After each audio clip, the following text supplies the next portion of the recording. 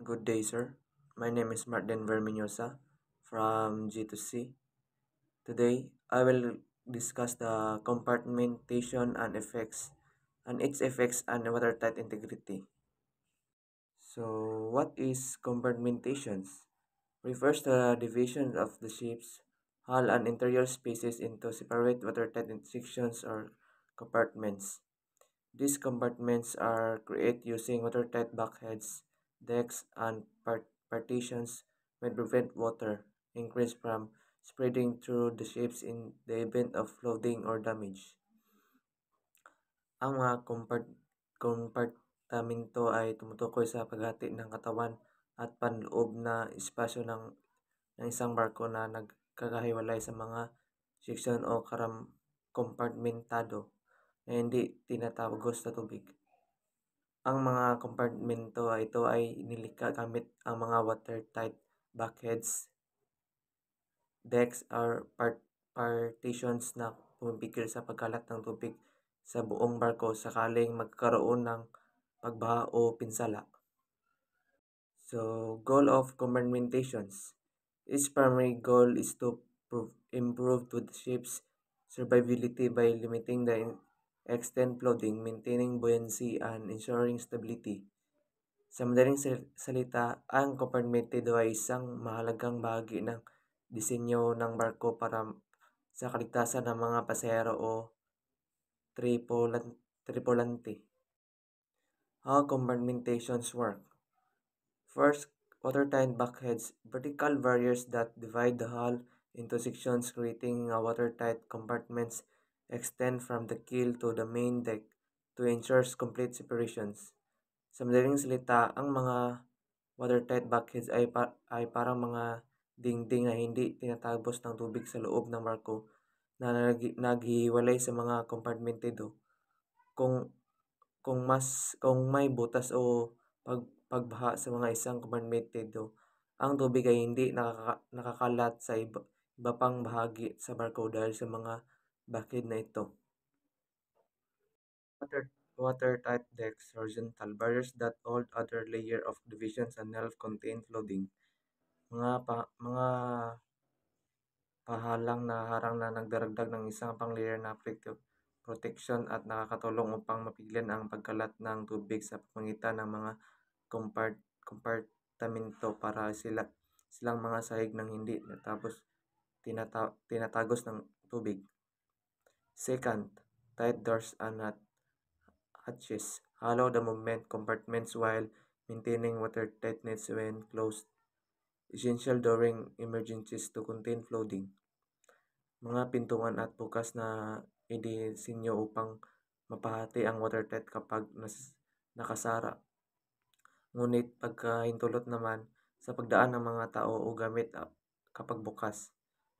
Nakapalagan ito sa panahon ng emerhensya upang mapigilan ang mga pagkalat ng tubig. The third one is subdivision load line. Determines the maximum permissible draft based on the ship's ability to remain afloat with specific compartments flowed. Isang marka sa barko na tumutukoy sa maximum na karga kaya nitong dalhin habang nakasiguro pa rin ang manatiling lumulutang kahit na may mga kompartamento na napupuno ng tubig. Tinutukoy nito ang kakayahan ng barko na manatiling afloat kahit na may bahagi na nasisira. Effects on watertight integrity. First, contain offloading. Limits water increase to the specific sections of the ships. Limitado ang pagpasok ng tubig ng mga tiyak na bahagi lamang ng barko. Hindi agad nakakalat ng tubig sa buong barko. It allows the vessels to retain buoyancy and reduce the risk of sinking. Nakatulong ito upang mapanatili ang buoyancy ng barko at binabawasan ang panganib ng panglubog. Enhance stability, minimize weight shifts that could reduce stability. prevent the significant rise in the center of gravity, and it helps maintain GM. Binabawasan nito ang pagbago ng timbang na maaaring magdulot ng kawalan ng balanse. Pinipigilan nito ang malalaking pagtaas ng center of gravity at nakakatulong upang mapanatili ang metacentric height na mahalaga para sa katatagan ng barko. Compliance with damage stability stands. Compartmentations ensure compliance with international regulations such as international conventions or SOLAS. These regulations often define the ship's survivability with the one of more compartments flowed. Tinutukoy ng mga regulasyon ito ang nakakayan ng barko na manatiling lumulutang kahit na may isa o higit pang kompartamento na puno ng tubig. Key concepts related to compartmentations. Floating length. Ang maximum na haba ng isang kompartamento na maaaring pupuno ng tubig na hindi lumulubog ang barko. Second is margin line. Ang marka sa gilid ng barko na nagpapakita ng maximum na lalim ng tubig, kaya nitong titiisin habang nanatiling lumulutang. Third one is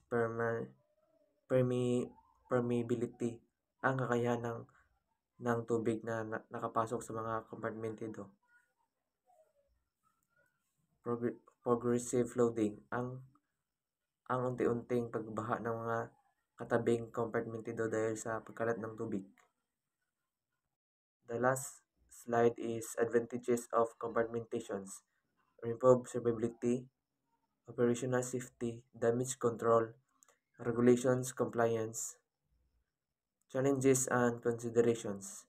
Improper use of watertight doors, free surface effects, complexity in designs, measures to maintain effective compartmentations, regulations, inspections, maintenance, training drills, damage control equipment, monitor and repair damage.